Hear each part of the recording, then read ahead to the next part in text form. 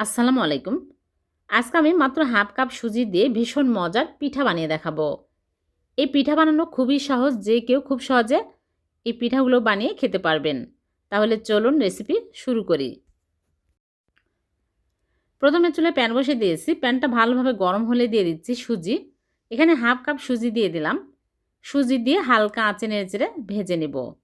খেয়াল রাখতে হবে পুড়িয়ে যেন লাল হয়ে না যায়। ভালো করে ভেজে নিতে হবে, তাহলে কাঁচা গন্ধ থাকবে না। 2-3 মিনিট ধরে এইরকম করে ভেজে নেব। একদম মুচমুচে করে ভেজে নিতে হবে। দেখুন অনেক সুন্দরভাবে ভাজা হয়ে গেছে। এখন আমি এই অবস্থায় চুলা থেকে নামিয়ে নিব। চুলা থেকে নামিয়ে একটা বাটিতে ঢেলে এক সাইডে রেখে দিব। আর এদিকে আবারও চুলায় প্যান বসিয়ে দিয়ে দিচ্ছি লিকুইড দুধ।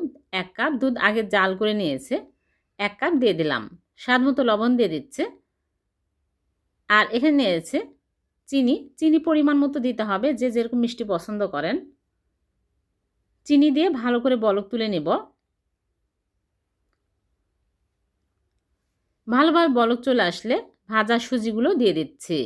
দিয়ে এই সময় চুলার আঁচ একদম লো আঁচে করে নেড়েচেড়ে শক্ত টাইট করে নিতে হবে। ভালো করে মসৃণ একটা ডো তৈরি করে নিতে হবে।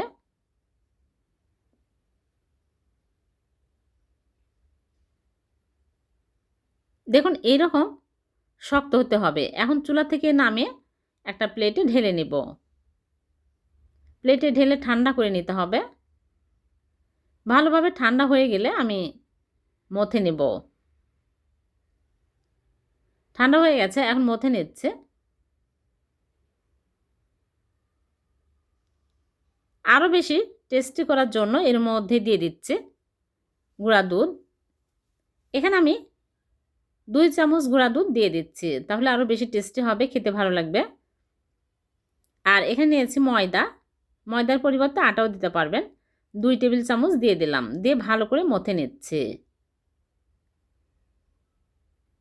লাম্পস থাকা যাবে না, একদম মসৃণ করে মথে নিতে হবে।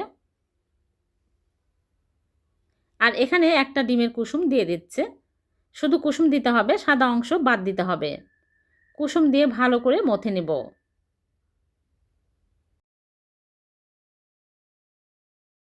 কুসুম দিলে নরম হবে না, ভালো করে মথে নিতে হবে। এইরকম একটা ডো তৈরি করে নিলাম। এখন ফেরির উপরে নিয়ে গোল করে বল বানিয়ে বড় করে রুটি বেলে নেব। এইরকম করে রুটি বেলে নিতে হবে। এই রুটিটা বেশি পাতলাও হবে না, আবার বেশি মোটাও হবে না, মিডিয়াম সাইজের করে বেলে নিতে হবে। এখানে আমি ময়দা লাগিয়ে বেলে নিচ্ছি, তাহলে ফ্রির সাথে আটকে যাবে না। এখন আমি একটা গ্লাস নিয়েছি, গ্লাস দিয়ে এইরকম করে কেটে নিচ্ছে।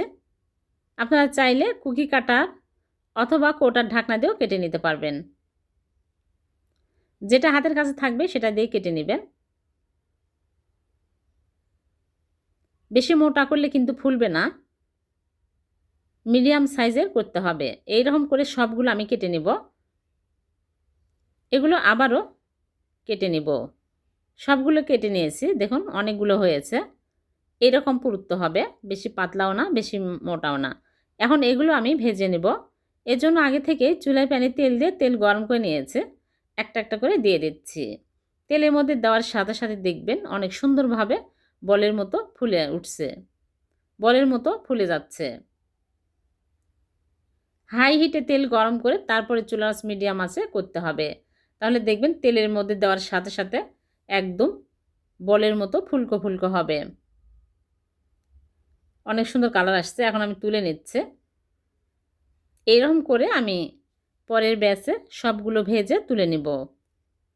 সবগুলো ভেজে পরিবেশন করে নিলাম। হয়ে গেল ঝটপট মাত্র 10 মিনিটে সুজি দিয়ে তেলের পিঠা। এত কম সুজি দিয়ে এত মজার ফুলকো ফুলকো তেলের পিঠা তৈরি হয়ে যাবে, আপনারা ভাবতেও পারবেন না। খুবই মজার হয়েছে খেতে। পিঠা খেতে মন চাইলে এই পিঠা বানিয়ে খেতে পারবেন। খুবই সহজ আর খুবই মজার। ভিডিওটি যদি ভালো লেগে থাকে লাইক কমেন্ট শেয়ার করতে ভুলবেন না। অন্যকে দেখার সুযোগ করে দিবেন। আর এরকম সহজ নতুন নতুন রেসিপি পেতে আমার চ্যানেলটিকে সাবস্ক্রাইব করে চ্যানেলের সাথেই থাকবেন। আল্লাহ হাফেজ।